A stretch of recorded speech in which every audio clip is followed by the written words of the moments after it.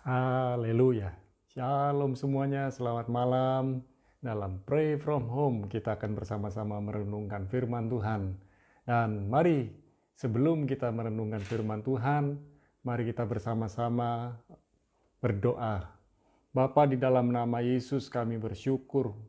Sampai malam ini kami masih diberi kekuatan, kami masih diberi hikmat, diberi kesehatan, dan masih berkesempatan untuk mendengar firman-Mu.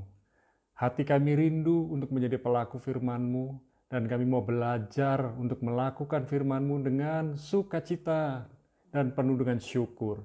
Dalam nama Yesus berfirman buat kami, baik yang ada di dalam rumah ini, maupun yang ada di rumah-rumah, maupun yang sedang dalam perjalanan. Terima kasih ya Aba Bapa, dalam nama Yesus. Amin.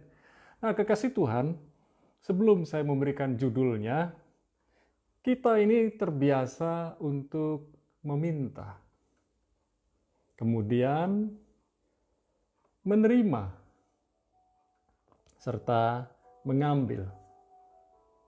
Dari kecil kita sudah biasa, tanpa perlu diajar, kita meminta, kita menerima, dan mengambil. Itu berbicara tentang hak kita. Memang hak kita adalah untuk meminta, menerima, dan mengambil. Bagaimana dengan hal memberi? Nah, malam ini saya akan sharing tentang gaya hidup memberi. Ternyata memberi bukan sekedar give, tetapi merupakan gaya hidup. Dan gaya hidup memberi perlu dilakukan dari hal yang namanya kebiasaan. Dan itu dimulai dari hati kita, kemudian mengalir ke pikiran dan perasaan kita, dan mulai dilakukan dengan tindakan-tindakan, dan dari tindakan-tindakan menjadi kebiasaan, dari kebiasaan menjadi budaya. Dan itulah jadi gaya hidup kita. Gaya hidup memberi. Kisah 20 ayat 35. Mari kita baca bersama-sama Kisah 20 ayat 35. Dikatakan, dalam segala sesuatu telah kuberikan contoh kepada kamu bahwa dengan bekerja demikian, kita harus membantu orang-orang yang lemah dan harus mengingat perkataan Tuhan Yesus, sebab Ia sendiri telah mengatakan, adalah lebih berbahagia memberi daripada menerima.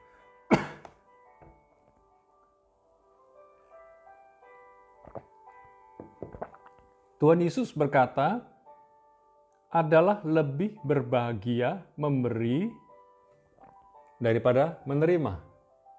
Adalah lebih berbahagia memberi daripada menerima. Dan dengan demikian kita bisa menolong orang lain, membantu orang lain. Hal pertama yang mau kita pelajari malam ini adalah hal memberi. Memberi artinya melepaskan hak kita. Nggak mudah melepaskan hak kita. Tadi saya sudah bilang, kita ini sudah terbiasa untuk meminta, menerima, dan mengambil. Itu hak kita. Tapi sekarang kita belajar untuk memberi, artinya melepaskan hak kita. Apa yang kita miliki, kita berikan buat orang lain. Itu yang namanya memberi.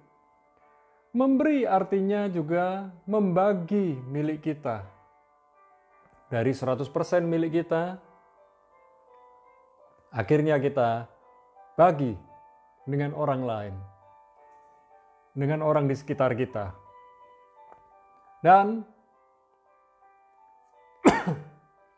memberi artinya rela kehilangan. Apakah saudara rela kehilangan?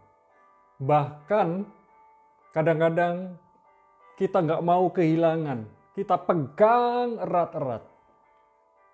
Tapi malam ini kita mau belajar untuk melepaskan hak kita,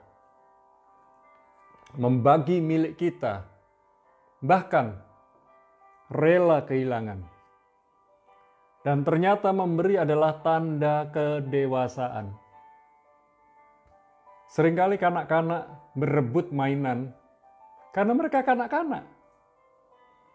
Tapi orang yang usianya makin bertambah, harusnya makin dewasa.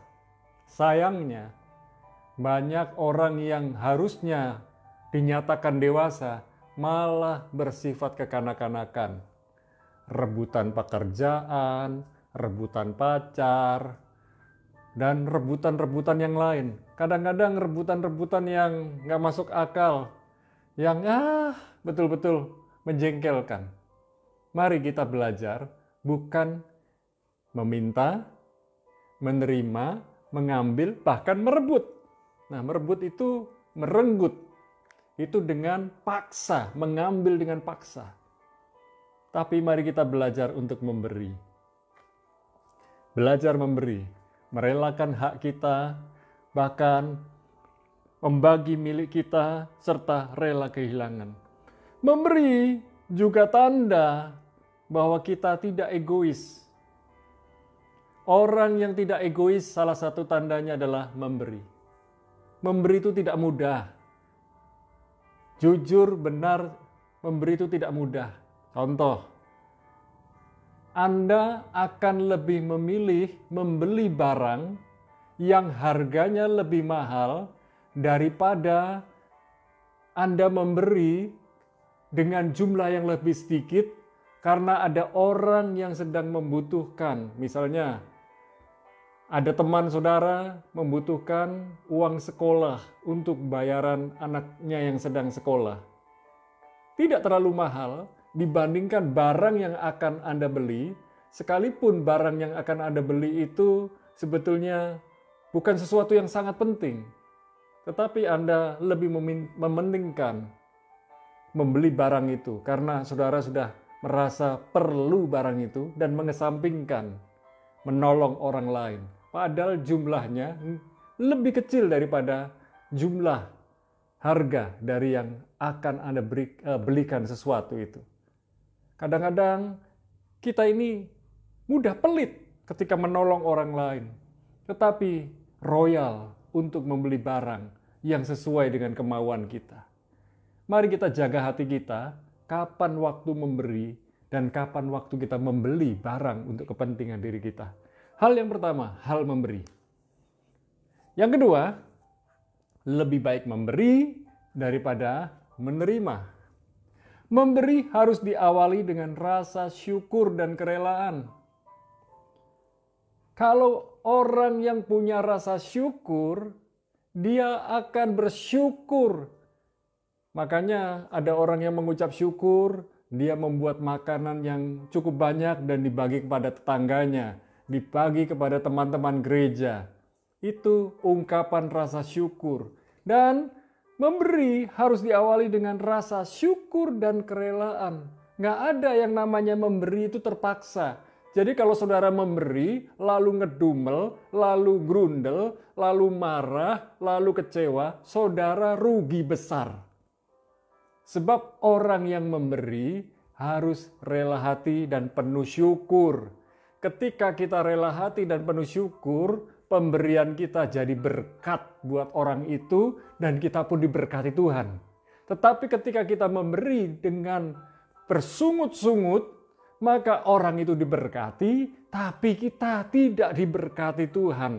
Karena kita ngomel, karena kita komplain, karena kita marah dengan waktu kita memberi, marah dengan Tuhan waktu kita memberi. Kenapa sih aku? Ya aku harus aku yang memberi orang itu. Kenapa? Mari kita belajar memberi. Kalau saudara tidak bisa memberi kepada orang yang dekat dengan Anda, terdekat dengan Anda, nggak mungkin Anda bisa memberi orang yang lebih jauh hubungannya dengan saudara. Kasih Tuhan, memberi adalah gaya hidup orang yang mengenal Tuhan dengan benar. Orang yang mengenal Tuhan dengan benar, dia sadar hidupnya adalah anugerah saja. Hidupnya adalah pemberian dari Tuhan. Hidupnya adalah kesempatan dari Tuhan. Sehingga ketika memberi adalah wujud cintanya kepada Tuhan. Karena cinta kepada Tuhan, belajar memberi kepada orang lain. Sekalipun kadang-kadang ada orang-orang yang memanfaatkan pemberian kita.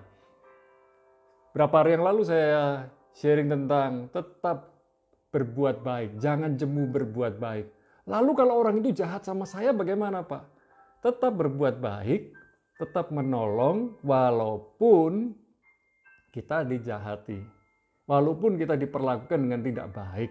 Namun kalau hal itu berkaitan misalnya karena peminjaman uang dan lain sebagainya, kita tahu kita ini dimanfaatkan, ya kalau kita terus bantu, itu akan membuat dia terperosok.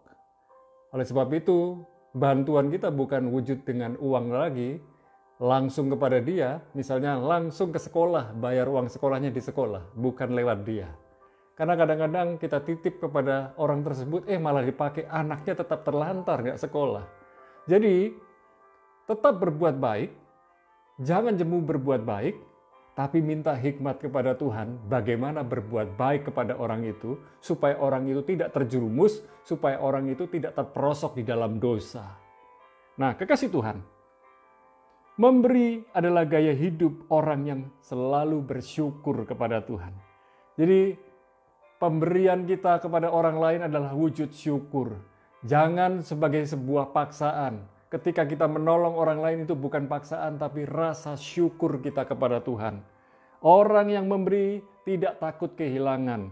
Orang yang memberi tidak takut kekurangan. Karena kalau kita memberi dengan rasa syukur, dengan rela hati, maka kita tahu bahwa pemberian-pemberian kita dapat menjadi berkat buat orang itu. Dan bukan hanya menjadi berkat buat orang itu, tapi kita pun akan mengalami berkat-berkat yang lain yang datang dari Tuhan. Ingat, berkat dari Tuhan bukan berbicara mengenai uang saja, bukan berbicara mengenai materi saja, tetapi berkat itu berbicara mengenai kesehatan, berkat itu berbicara mengenai kesempatan, berkat itu berbicara juga mengenai hubungan, dan segala hal yang indah, yang baik, yang luar biasa yang datang dari Tuhan.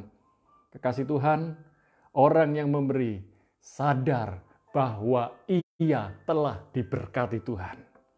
Dan orang yang memberi sadar bahwa ia bukan saja sudah diberkati Tuhan dengan luar biasa, tetapi karena dia tahu Tuhan mau dia jadi saluran berkat.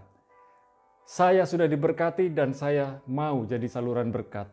Dan kekasih Tuhan, orang yang memberi sadar bahwa ia sudah diberkati Tuhan dan selalu berbahagia. Sehingga sesungguhnya lebih berbahagia memberi daripada menerima. Maukah saudara belajar untuk memberi dan memiliki gaya hidup memberi? Tidak mudah, tapi mulai kita belajar praktek. Belajar memberi. Memberi itu bukan uang saja, tapi memberi perhatian, memberi dukungan, memberi kekuatan, dan memberi hal-hal yang lain, bukan berbicara mengenai materi. Mulai belajar, memberi dengan kreatif, memberi peluang, memberi kesempatan, memberi pekerjaan. Padahal kita bisa kerjakan sendiri, tapi karena kita mau nolong orang lain, kita tolong dia. Kita minta bantuan dari dia, lalu kita berikan jasa buat dia, berikan gift buat dia. Itu bisa kita lakukan. Mari kekasih Tuhan, kita berdoa bersama. Bapa, dalam nama Yesus, kami semua belajar untuk memberi, bukan sekedar menerima. Kami sudah menerima sangat banyak dari Tuhan, tapi kami mau belajar memberi dan beri hati kami yang penuh dengan kasih dan belas kasihan, sehingga kami dapat memberi kepada orang-orang yang tepat, memberi kepada lembaga-lembaga yang tepat, dan mendukung orang-orang yang perlu ditolong, didukung. Dan kami juga belajar memperhatikan para pemimpin-pemimpin rohani juga. Kami percaya Tuhan, kami bersyukur bahwa orang-orang yang memberi tidak pernah kekurangan. Orang-orang yang memberi tidak pernah kehilangan. Karena sumber pemberian adalah dari Tuhan sendiri. Sumber berkat adalah dari Tuhan sendiri. Malam ini kami mau bersyukur kepadamu Tuhan. Buat segala berkat, rahmat, hikmat, segala yang terbaik yang sudah Tuhan nyatakan dalam kehidupan kami. Dari sejak kami lahir sampai sekarang ini. Kami mau bersyukur dan selalu bersyukur kepadamu Tuhan. tak henti-hentinya kami mau bersyukur kepadamu. Ajar kami Tuhan untuk perhatian kepada orang lain.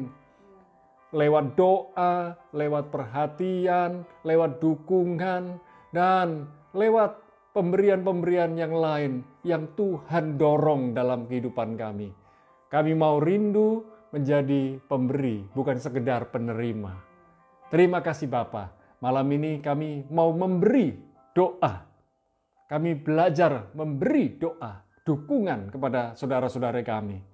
Kami berdoa Tuhan untuk kekasih-kekasih kami yang sedang mengalami sakit, yang terbaring di rumah sakit. Kami berdoa mereka mengalami pemulihan, mengalami kesembuhan.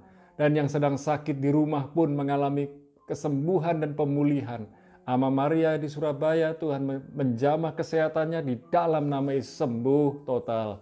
Kami berdoa juga Tuhan, buat Pak Rudi yang ada di rumah sakit, Tuhan menjamah kesehatannya. Dan Bu Emi yang ada di rumah, yang masih terbaring untuk pemulihan, serta anaknya Victor, Tuhan menjamah kesehatan mereka.